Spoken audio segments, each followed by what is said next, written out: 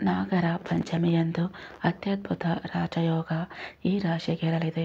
ನಾಗರಾಜನ ವಿಶೇಷ ಕೃಪೆ ಮುಟ್ಟಿದರೆ ಮಣ್ಣು ಕೂಡ ಹೊನ್ನಾಗುವ ದೆಸೆ ಇವರದ್ದು.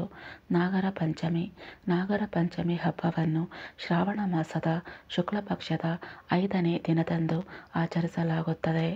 ನಾಗಪಂಚಮಿ ಹಬ್ಬವು ನಾಗದೇವರಿಗೆ ಸಮರ್ಪಿತವಾಗಿದ್ದು, ಶ್ರಾವಣ ಮಾಸದಲ್ಲಿ ಆಚರಿಸಲಾಗುವ ಮೊದಲ ಹಬ್ಬ ಇದಾಗಿದೆ.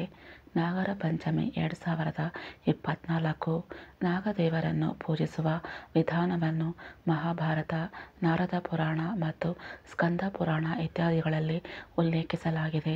ನಾಗಪಂಚಮಿಯ ದಿನದಂದು ನಾಗದೇವರನ್ನು ಪೂಜಿಸುವುದರಿಂದ ಭಕ್ತನ ಜೀವನದಲ್ಲಿ ಎಲ್ಲ ತೊಂದರೆಗಳು ದೂರವಾಗುತ್ತವೆ ಮತ್ತು ಮನೆಯಲ್ಲಿ ಸಂತೋಷ ಮತ್ತು ಸಮೃದ್ಧಿಯನ್ನು ತರುತ್ತದೆ ಎಂಬುದು ನಂಬಿಕೆ.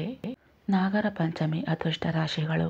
ಅಂದಹಾಗೆ ಈ ಬಾರಿ ನಾಗರ ಪಂಚಮಿ ಆಗಸ್ಟ್ 9 ಶುಕ್ರವಾರದಂದು ಆಚರಿಸಲಾಗುತ್ತದೆ.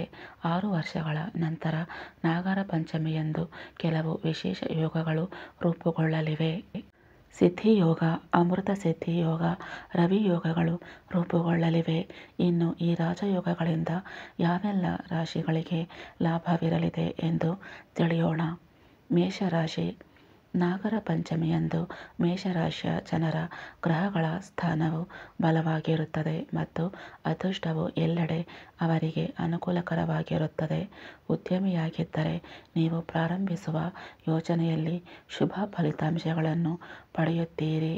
ದೀರ್ಘಕಾಲದವರೆಗೆ ಅನಾರೋಗ್ಯದಿಂದ ಬಳಲುತ್ತಿದ್ದರೆ ಅದರಿಂದ ನಿಮಗೆ ಪರಿಹಾರ ಸಿಗುತ್ತದೆ. ಕಟಕ ರಾಶಿ. ಈ ರಾಶಿಯವರಿಗೆ ನಾಗರ ಪಂಚಮಿಯ ಶುಭಯೋಗವು ಉತ್ತಮ ಫಲಿತಾಂಶಗಳನ್ನು ತರುತ್ತದೆ. ಈ ಅವಧಿಯಲ್ಲಿ ಕರ್ಕಾಟಕ ರಾಶಿಯವರ ಎಲ್ಲ ಕೆಲಸಗಳು ನೆರವೇರುವ ಸಾಧ್ಯತೆ ಇದೆ. ವೃತ್ತಿ ಜೀವನದಲ್ಲಿ ಮುಂದುವರಿಯಲು ಸಹಾಯ ಮಾಡುವ ಅನುಭವಿ ವ್ಯಕ್ತಿಯನ್ನು ನೀವು ಭೇಟಿ ಮಾಡಬಹುದು. ಸಿಂಹರಾಶಿ. ನಾಗಪಂಚಮಿಯಂದು ಶುಭಯೋಗವು ರೂಪುಗೊಳ್ಳುವುದರಿಂದ ಈ ರಾಶಿಯವರಿಗೆ ಹೊಸ ಉದ್ಯೋಗಾವಕಾಶಗಳು ದೊರೆಯಬಹುದು.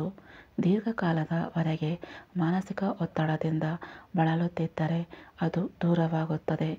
ನ್ಯಾಯಾಲಯದಲ್ಲಿ ಯಾವುದೇ ಕಾನೂನು ವಿಷಯ ನಡೆಯುತ್ತಿದ್ದರೆ ಅದರಲ್ಲಿಯೂ ನೀವು ಯಶಸ್ವಿಯಾಗುತ್ತೀರಿ. ಕುಂಭರಾಶಿ. ಈ ರಾಶಿಯವರ ಬಗ್ಗೆ ಹೇಳುವುದಾದರೆ ನಾಗಪಂಚಮಿಯಂದು ರೂಪುಗೊಂಡ ಶುಭಯೋಗದ ಪ್ರಭಾವದಿಂದ ವ್ಯಾಪಾರದಲ್ಲಿ ಲಾಭದ ಸಾಧ್ಯತೆ ಇದೆ. ಕುಂಭರಾಶಿಯ ಕೆಲವರಿಗೆ ವಿದೇಶದಲ್ಲಿ ಹೊಸ ಉದ್ಯೋಗಾವಕಾಶಗಳು ದೊರೆಯಲಿವೆ. ಸಾಲ ಪಡೆದಿದ್ದರೆ ನೀವು ಶೀಘ್ರದಲ್ಲೇ ಅದರಿಂದ ಮುಕ್ತರಾಗುತ್ತೀರಿ. ಈ ಮಾಹಿತಿ ಇಷ್ಟ ಆದರೆ ಲೈಕ್ ಮಾಡಿ, ಶೇರ್ ಮಾಡಿ ಹಾಗೂ ಸಬ್ಸ್ಕ್ರೈಬ್ ಮಾಡಿ. ಧನ್ಯವಾದಗಳು.